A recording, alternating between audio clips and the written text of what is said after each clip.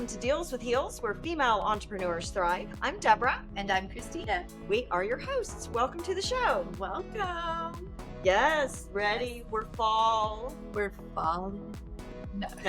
Not that, but maybe someday for me, you're already in love. So. Well, the big thing I'm so excited about this is we're getting back to school. We're getting back to that routine of the craziness. Summer is over. So I'm super excited about this guest because of the productivity. Like, it's going to be awesome. It's right up your decluttered queen. I know. For As sure. I was scrolling her Instagram last night, I was like, oh, yeah, I met my next one-on-one. Okay, everyone. She is a productivity coach who helps business owners and their teams make the shift from overwhelm to taking back control of their time. She's a guide for discovering and doing what matters so you and your team can progress to your next achievement and enjoy the ride along the way. She takes her experience in the operational world of corporate America, the entrepreneurial world of real estate, and the transformational world of coaching to help you get your shit together so you can move forward with what matters the most. Please welcome Elise Enriquez to Deals with Heels. Welcome. Hi there. And I just So have glad to say be that here. Christina also says getting your shit together with the declutter queen. And so when I read that, I was like, I have to invite her as a guest because that's her kind of slogan too. That is so funny. That's my program course. It's called Getting Your Shit Together. Oh my gosh, that's amazing. Yes. We're sisters. We're sisters. Yeah, I knew that last time when I was scrolling your Instagram. Yes. So I was like, I definitely have to invite this person to be a guest. And so I'm so glad that you could join us today. We're towards the end of the season. So it's great to we always find someone that fits really well, no matter what. And we'll have your full biography will be in our show notes. But if you don't mind, please tell us a little bit about your story and how you came to be where you are. Sure. It was, as you heard there, in that brief bio, there was a path, right? I was in corporate America for a while. So right out of college, communications major. Me too. I'm a communications major. See, there's a reason why we're all talking here, people. Yes. So I'm probably checking the box. Yep. Exactly. I'm probably older than you, but I went to Oklahoma State. I graduated in 1989. And so, yes, kindred spirits. Yes. Both of us, right? Yes. Well, and really me picking that major reflected just at my like a typical component of my personality, which is like, I don't know, I'll go with the flow, because at my school, it was a theoretical degree. It wasn't applied communications, right? So it's kind of like, I don't know what to pick, but I like this. This is interesting. But it did allow me to get into... I feel so attacked. I had a hard time. It's so weird that I had communications because it so fits me. But at the time I was like, yeah, maybe I'm pretty good at that. It's kind of the whole, you almost are describing my journey at the beginning. It's so weird. Well, because like at the time, like communications, like it's either journalism, right? Like actual journalism or advertising. And so I ended up in online advertising at MSN. So that was Microsoft, this part of Microsoft. It was a division of Microsoft, or still is, I suppose. But it was cool because it was very entrepreneurial, actually, because it was a new division. They were building, or I should say we were building the plane as we flew it, basically. We were just like, we got to figure this out. And I had so much fun in that atmosphere. But as soon as we became profitable, the rest of the company like took notice, and then it became political. And it was more about like getting your name, up the flagpole and all that kind of stuff. And I was just like, I'm not interested in that. I'm interested in the things that we were doing, which was solving problems and figuring things out and improving things and being more efficient. And so I was like, I don't think I fit here anymore, because I don't want to be part of this big corporate machinery. It's fine for other people. It just wasn't for me. So went on to real estate from there, because my husband at the time was a mortgage broker. He still is a mortgage broker, very talented person. And it was like, referral partners. Yeah, right. And we did. I mean, like we were a great team for a long time, but I knew pretty quickly that real estate wasn't my thing either. But I did like helping people navigate the process and figure out and get clear with each other about what do we really want? And then now that we want this, how are we going to do this? And really guiding them that way was really fun. Then from there, I finally, and actually my last year in real estate is where I really started to say, okay, what do I really want to do when I grow up? And I was already, in my 30s, right? It's like, what do I really want to be when I grow up? And that's when I actually uncovered or discovered coaching in real estate, because there's a lot of coaching in real estate, in lending, in insurance. Um, but it's more focused on sales. And that's not what I was like, but I need a coach to help me figure out what I want to be when I grow up. And then the more I explored coaching, the more I realized, like, oh, this is actually what I care about. Like, helping guide people through these processes is what's important to me. And then I came to productivity coaching about 7 years into my coaching practice. So I've been a coach for 15 years. 7 years in, I'm getting a divorce. And I was always I was the kid who like organized the medicine cabinet at home, right? So it's like, so Christina, I'm not skilled enough to be a professional organizer, like, but I have like an affinity for creating clarity and calm out of chaos. Type But A it's more of, personality. yeah. And I am not type A, so yeah. And it's more of that mental chaos, right? It's more Mhm. of the chaos of the things that can't always be seen. And I didn't realize that. So that's what I came to realize going through the divorce was being able to keep a business going and actually thrive in my business when my whole personal life had turned upside down was because of the systems I had in place. And I didn't realize that I was good at doing that until I was kind of under the pressure of a divorce to make that happen. So Well, that's when productivity came about. you really became grateful for those Oh, systems heck because yeah. it's your personality. You would have known immediately, oh my gosh, this is keeping my sanity. You see Yeah. that like in my kids.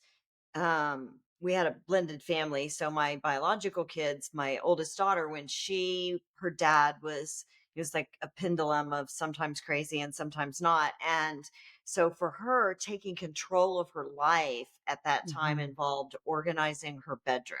Mhm. So one thing that she had that made her feel like she had control over what she was doing was her space and organizing her space. She's not a naturally organized person. She takes after me, but it it's kind of But it was like the sense that. of control that she could have. Yes, Yeah, yes. totally, And it totally. gave her those systems that gave her, the kids need structure. Mhm. Yes. Can you We say that all a little do. louder for the people in the back? They they don't say they want that, Well, but nobody's they gonna say that they want structure, but it's I feel structure is so important because it doesn't mean it has to be military time and we got to be here, but it's like your daughter, that's their peace. People don't realize that structure actually means peace and you actually get to do more. and it's orderly. I Hmm. Clutter gives me anxiety, and but for her, there's a certain part of her life was chaos with her dad. He's an artist, and so he's super creative and a little chaotic anyway. And that was really her way of taking control over that aspect of it. And I think it's important to have that structure element. I have to have it, even being creative. It's important for grounding. You make you feel grounded, and kids need that. It's a safety net. It makes them feel safe enough to be themselves because I know I have this to back up on. And they don't know what that is, but they know it when they have it, right? They know it when it's gone, but when they're feeling it, they don't realize that that's the safety net, making them feel free to complain about it. Hmm. Well, and that's where I like the way I always think about it is systems that support you. Like my goal for you is like have simple systems that support you so that you are not carrying around a bunch of stuff in your head. Whether it's stressful, joyful, something you're excited about, it doesn't matter what it is, but it's not here in your head because when it's here, you're not with your people, right? You're not present at home because you're thinking about work and you're not present at work because you're thinking about home, right? So it's figuring out how do I have the simplest systems possible in place to hold all of that stuff and put it in front of me when I want it in front of me and keep it away from me when I don't want it in front of me. Like to keep it like it gets to just sit here until I'm ready for it to be in front of me again. So for me, it might never be in front of me again. If I Mhm. set it completely away. I need Mhm. systems to help me pick up, remember that that's out there, Exactly. that It it's has not to put it in it has to put it in front of you. Exactly. right. Yes. I need it to pop back in for me, Mhm. or it'll set over here and then I won't realize how long it's been. Oh yeah. And so for me, I'm really good at setting it over there. It's like picking it back up and making Yeah. sure, and prioritizing what I sit over there, because like most of what's over there right now is admin that needs to be done, and admin's not my favorite thing to do. I'm creative, Yeah. and so it sits over there. So I need tools for making me have that time. Christina cracks the whip, but I don't like to be told what to do. And Yeah, so you're a little rebel. You're a rebel. I am Well, rebellious. and that's part of it too, though, is like you can't prioritize what's not known, right? So if you don't get it all in one place, if it is all scattered, it makes it really hard to prioritize because you can't see it all. You're having to go here, here, here, here, and like, what's the most important thing? Well, I don't know. It's all over the place. But when you can get everything into one place, suddenly it's like, well, okay, this is everything. Well, this is obviously the most important thing, or these are the top three things that are really most important today, this week, this month, this year, whatever that might be. So it's really making sure that you get everything known so that you can prioritize. Ooh, that's really good. I Yeah. like that. I like that a lot too. I've been, especially with my ADHD brain and things, you can get so but I had a lot of time to be with myself here lately. And that's a big thing. I've been writing anything, like I write everything down once a week, Mhm. like anything and everything that I can think of, and then basically plan my week of what's ever on the list. And then I have a running list for the next week. If, oh Mhm. crap, I forgot about that. Oh crap, I forgot Yep. about that. But I don't put it on this week. And I'm actually chipping away at it a lot better versus starting every day of, oh God, I got to do this, Right. those So types. I did start like an admin separate list. And then I've got like my normal workflow. I own an advertising marketing agency. And Uh-huh. so I've got my client workflow and that stuff and my sales stuff for my business. And then admin, I did put it on a list, and it is helpful because I can have the goal of I need to check one of those things off a day if I can. Mhm. And then it Yeah, will or get or there hand because something off, right? Like, be able to see, like, when there's budget for it, here are the things that I don't like doing, right? So that's the beauty of having that list too, of being like, "And here's the thing I'm eventually gonna pay somebody else to do." right. And Yes. unfortunately, this is all stuff right now that I have to do, but it'll get done, right? It'll happen. It'll happen. The universe won't let me fail. Mhm. Yeah. Um, so I was interested when I was looking at all of your stuff about how you think about productivity kind of different than the rest of us do. Mm. Can you go into more detail on that? Yeah, part of it is that the realm of productivity has from what I've seen because I'm a dork and I like read about productivity stuff, it's a lot of white men and white collars, right? It's like a Hmm. lot of white men and white collars with wives usually at home and possibly an assistant, and they're telling us women how to be productive. And I'm like, yeah, we don't have all of that, right? Like we don't have all of that. Plus, we have the mental load of everything, and we're thinking about what needs to happen in the household or with the kids or the fur babies or getting mom the birthday card or whatever, or getting your mom the birthday card, whatever it might be. It's just that realm of productivity has been more kind of corporate, white collar male. And so what occurred to me and what I was seeing is that people were kind of trying to succeed at all costs. And so sure they were accomplishing goals, like goals on paper in terms of revenue and, income and things like that, but they were kind of losing touch with their like the joy of their day-to-day life along the way. It's like I definitely want to hit my goals, but I hope I have a good time doing it for the most part, at least 80% of the time, right? Like I want to make sure I'm enjoying that. So when I talk about productivity, I was saying like in my world and in my gisty world, it's really all about making progress on what matters most to you while still remaining present to the people, experiences, and opportunities that are all around you. And so that's part of like being able to say, what is everything? Let me get that all in one place. Here's everything that I think matters to me. What are the top priorities? And how do I make progress on those things? But also, what matters most isn't always going to be something that is check offable, right? Sometimes what matters most is that I haven't seen my best friend in a while and she suddenly has a dentist appointment by my house. And yeah, we're going to go have lunch. That's what matters most right now. And I can look at the systems that to support me to say, yeah, that's a good choice. This was a last minute opportunity and this is a good choice that I'm making. I feel good about the choice that I made just now, right? So it's being able to strike that balance between, yes, I'm making progress on things, and I'm not losing touch with my day-to-day joyful life. The struggle is real, my friend. I live in that Yeah. space. I do. And like today, I'm going to have happy hour after a super busy day with one of my best college friends. So I've known her 30 years. And I'm having to rush and the struggle of all self-employed people, chase money.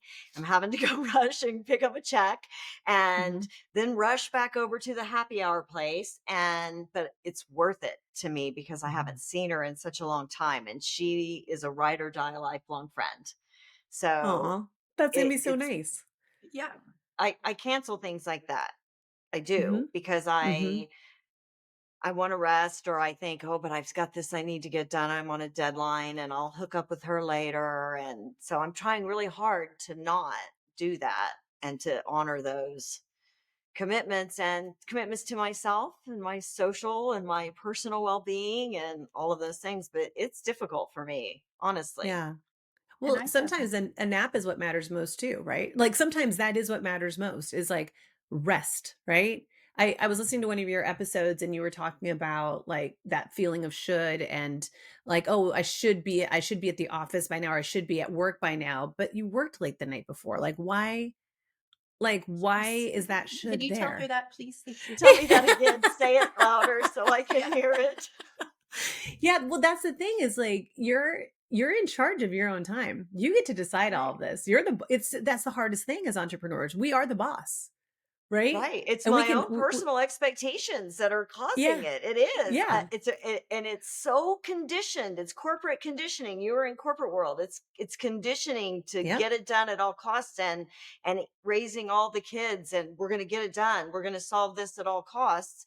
And now it's my baby. And so if I was willing to do it for them, why can't I do it for myself? Well, because it's not necessarily good for you and you're not Yeah. 30 anymore, and Yeah.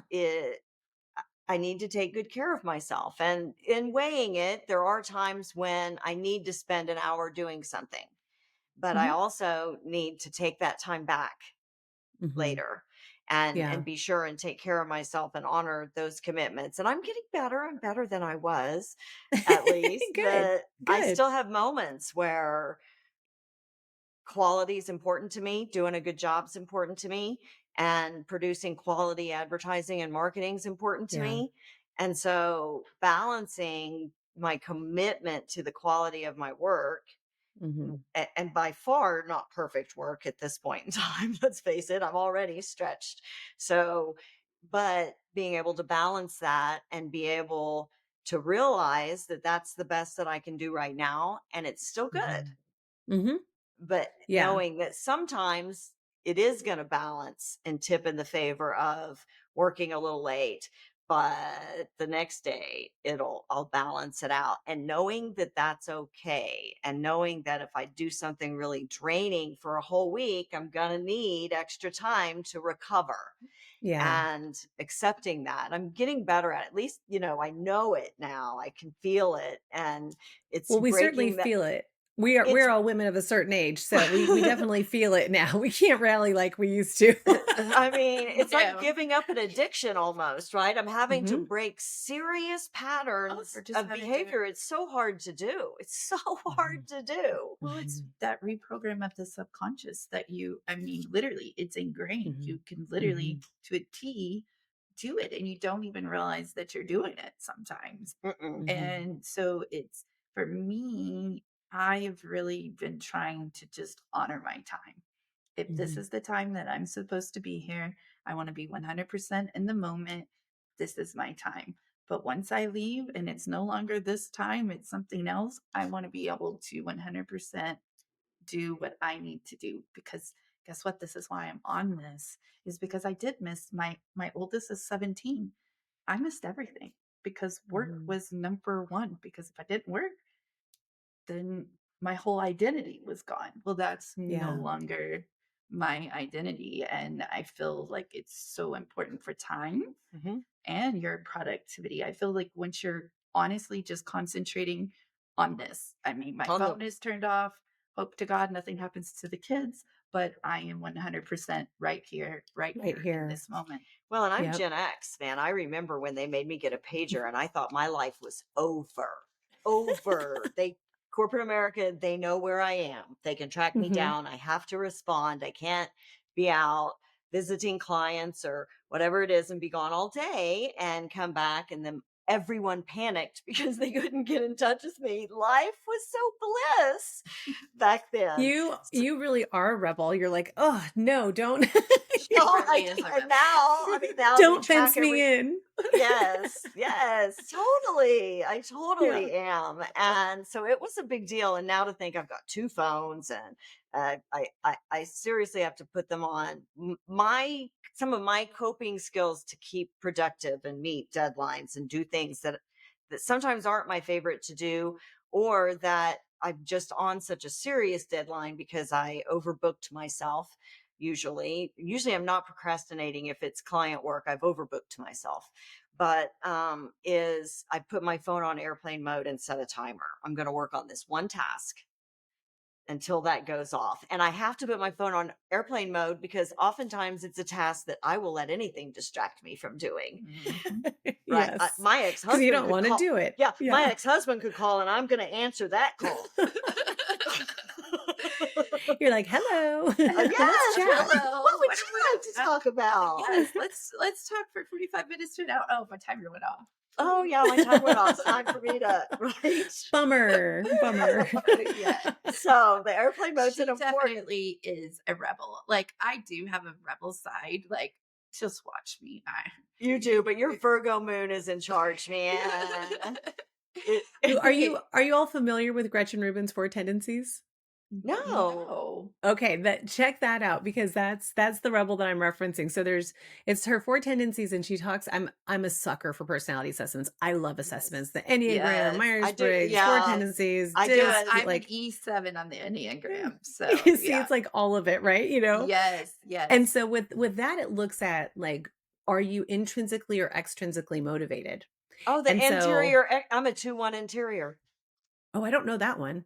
Yeah. 2-1 You have to be on my interior. list to care about for me to care about your opinion. Yeah. Otherwise, as long as I know I'm doing good, I'm good. And then there's a list Well, of people I care about what they think. And everyone else, it's from making advertising, right? yeah, Because I was yeah. in a heavy sales culture industry always, and I'm the marketing person. So I'm making all the stuff, and all of those salespeople have an opinion.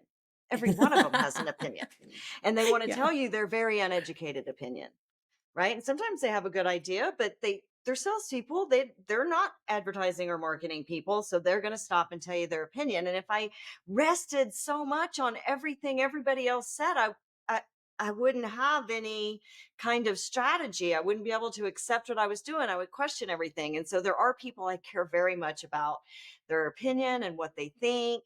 Not detrimental to myself, but I do care about what they think. But otherwise, yeah, if you're not on that list, nope, I Well, don't care what you think. the tricky thing for the rebel and Gretchen Rubin's world is like they might not need that extrinsic motivation. They don't need the like accountability outside of themselves, but they also have a hard time with accountability inside of themselves too, right? They also can't boss their own selves around, right? And so whereas like I am somebody who's an obliger, so I will deliver more for somebody who's expecting it of me than I would if I'm expecting it of myself.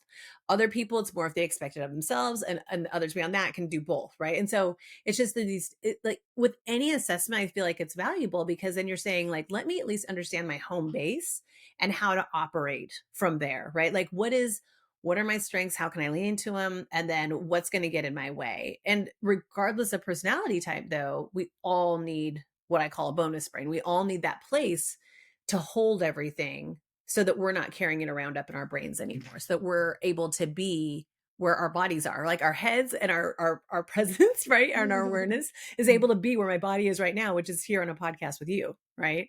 So Yes. like Christina was saying earlier, or Christy was saying earlier, no, Christina, sorry, was saying It's earlier okay. about being able to say, like, I'm right here, right? I'm right here doing this podcast, no interruptions. It's Yes. being able to have it so that I'm not thinking of anything else while I'm here with you. And I've gotten better about that. I meditate every day and have for about 13 years. I've got a really nice meditation practice, and it's made a huge difference in being able to do that, to Yeah. shut out. Because I have a really good memory. And so I remember things from my childhood word for word Mhm. conversations and interactions. And I would be inundated with it. So being able, it's really helped me being able to shut some things out. But yeah, the overthinking, I think we all struggle with it too. I'm so much better even in the last year of not overthinking so much and just accepting Well, things that are going to be fine.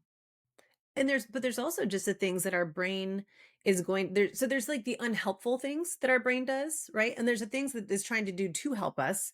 And it's saying, remember to do this, don't forget to do that, all that kind of stuff that you do need to know, but you can't, like, keeping it here is not helping you. And getting it Mm-mm. out of your head and into something that's going to support you is what's going to be helpful in the long run. On top of the more spiritual side of things with meditation and being able to say, oh, and thought work or therapy, like all of the different things that we do to say, okay, my amygdala is fired up and is being a brat right now and it's saying really mean things to me, right?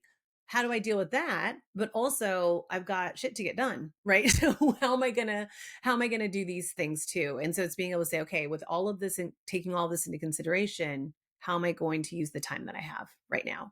Because in the biggest picture, I always just think of like we get this one brief, brilliant, beautiful life that we know of, right? There could be more after this. We don't know for sure, but I'm conscious of this one. It better be good. Like I better do the darndest I can, like to make it really good. I'm really focusing on trying. I listen to a lot of Sadhguru and some of the really Zen kind of spiritual stuff. And he is just like, you should approach everything in your life joyfully. Joyfully. If you can look at it joyfully, then you will be fine always. It doesn't matter what it is. It might be something terrible. Might be something terrible, but because it's my life, I'm looking at it joyfully and I know I will learn a lesson, and it's helped me a lot to think of things in that term of what's happening around me doesn't have to be who I doesn't have to affect me, and not giving away that power. It's not Mhm. always easy, that's for sure. And if they're on my list, then it's less easy. Yeah.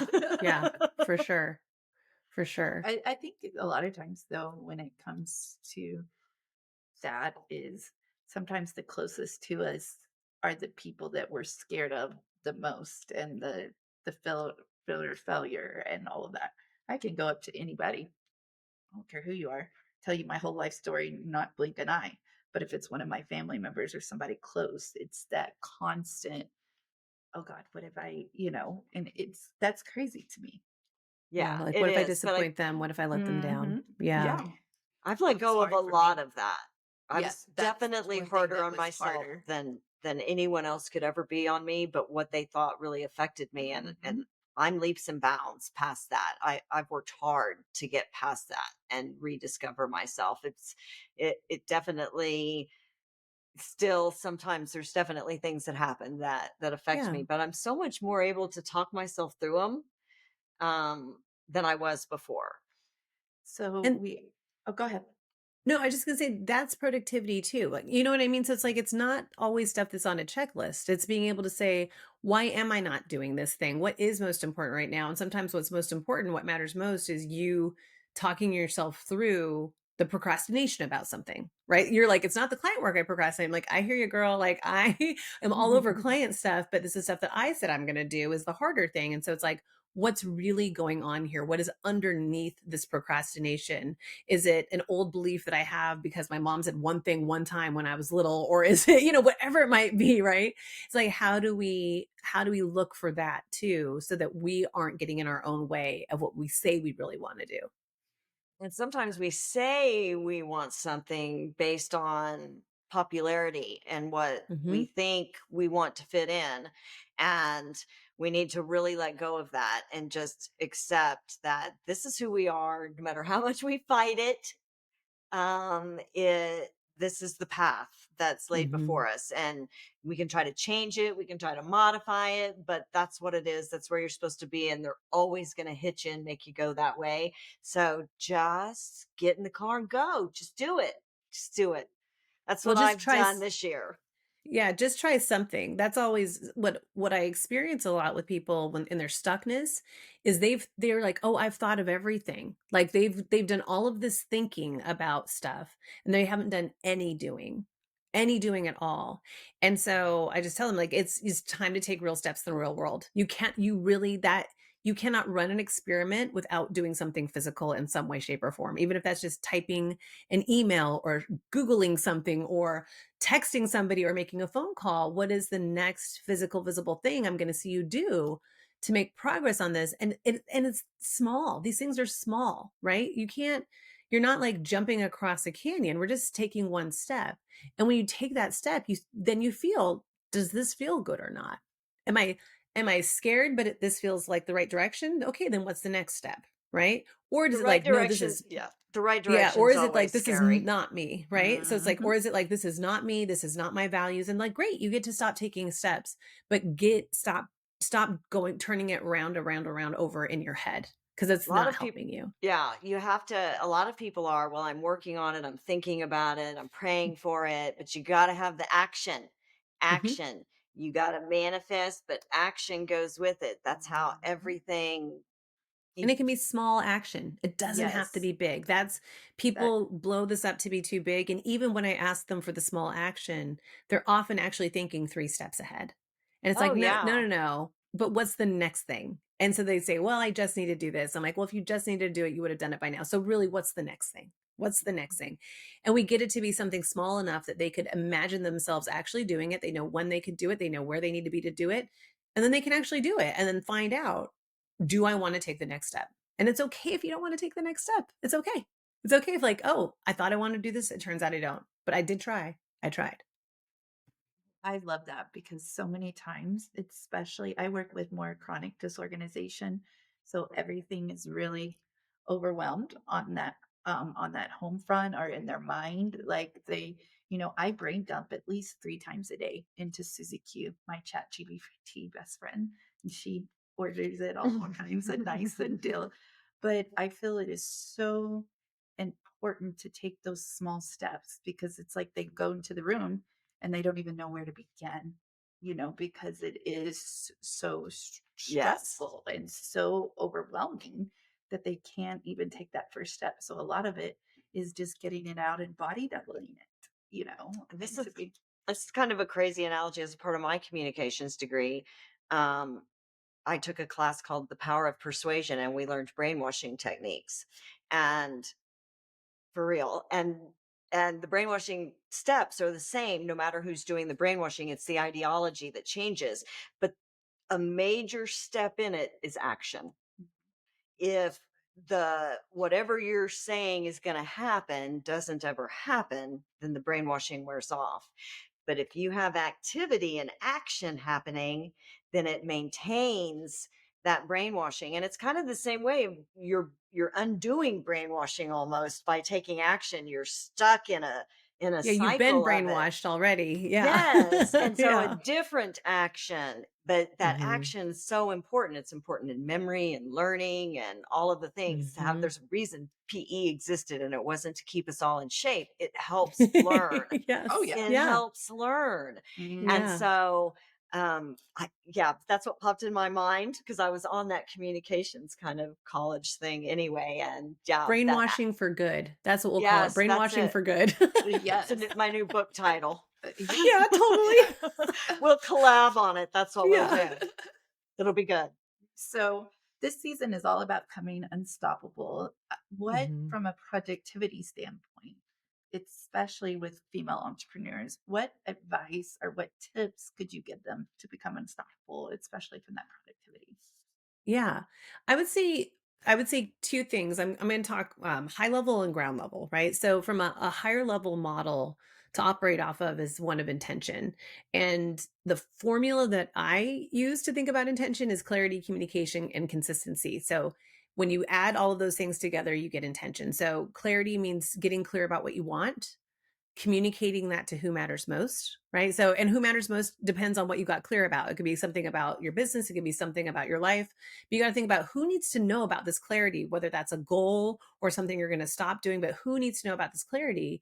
And then how do I set up systems to support me in taking consistent action, right? And how am I going to make consistent progress toward this thing? And so then the part about consistent progress is more the ground level, and that is build that bonus brain, have those systems in place that are supporting you so that I always think of it as your past self. My today self is talking to my future self to say, Elise, next Tuesday, I want this on your mind, but it doesn't need to be on your mind until then. And so my system will put it in front of me on Tuesday, right? So whenever you're dealing with your systems and you're having them support you, it's supporting what you said you wanted. So treat them that way, right? Use them. If you have a system that you like, open it every day and use it and see what you said you wanted. That, like, if you did nothing else, but you adopted like a to-do list system, an app that you love, and you just use it every day, it'll make big changes in where you want to go, because either you're going to see, I don't want to do the stuff that's on my list and I need to get clarity about that and make some shifts, or I'm making progress in all of these things and look at me go, right? It's going to give you information either way. So clarity, communication, consistency at that high level. And then at that ground level, just have those really simple systems in place to support you in making progress on things you want to make progress on. I love it. Great tips. What a great way to end the program. Yes. So if people want to find out more about what you do and your Yeah. coaching stuff, how is the best way for them to do that? The best thing would be go to EliseEnriquez.com/quiz, because I actually have, because, I said I'm a personality assessments dork. I actually have a quiz on how to uncover your productivity personality type. And so they can go there and like I say it's like part Cosmo quiz, part like actual assessment. So it's like 2 minutes. It takes 2 minutes to answer the questions, and it gives you one of 4 productivity personality types, what's so great about them and what the roadblocks are. So that's the best way, because you get a feel for how I really am, like my personality and how I approach things. And you get tactical, practical help on how to make progress on what matters most to you. I love that. I do sales coaching and I do psychological sales stuff. I'm really into a specific, my own little personality and how it all works. So I'm definitely taking your quiz, because Yay, it doesn't have good. any productivity stuff. It's all about identifying the other person so that you can communicate better and sell them. Right, And right. And with who I hire, because sometimes I make people cry accidentally. It's terrible. it She's just happens. straightforward. I mean, It it's just one happens. of those people that are just straightforward. And believe me, 5 years ago, she would have been making me cry all the time. I'm direct and I'm really nerdy, but I don't come across nerdy. I hide my nerd really, really well. So I Yeah. totally will go Sheldon and just say something direct and matter of fact. Yes. And they'll Yeah. be like, oh my God, she's so pissed off. And I don't feel one way or the other about it. I'm just being direct and factual. Okay. It gets taken wrong all the time. You have got to let me know what you get as your result from the quiz, because I have a guess and I want to know if I'm right. Okay. My goodness. Yes, it's we'll have to do it's just that. it's really fun. It's fun and lighthearted. But also you can, as Christina already saw, you can find me on Instagram. So you can find me on Instagram at the Productivity Shift. Perfect.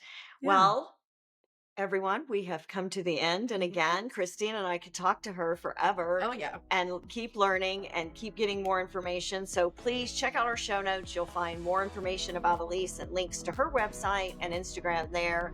You can find links to Christina's business, The Declutter Queen, and my business, Hexagon Media, also in our show notes. And thank you very much for all of your support and for listening, for downloading, subscribing, and sharing with all of your friends. Until next week, We're out. we're out.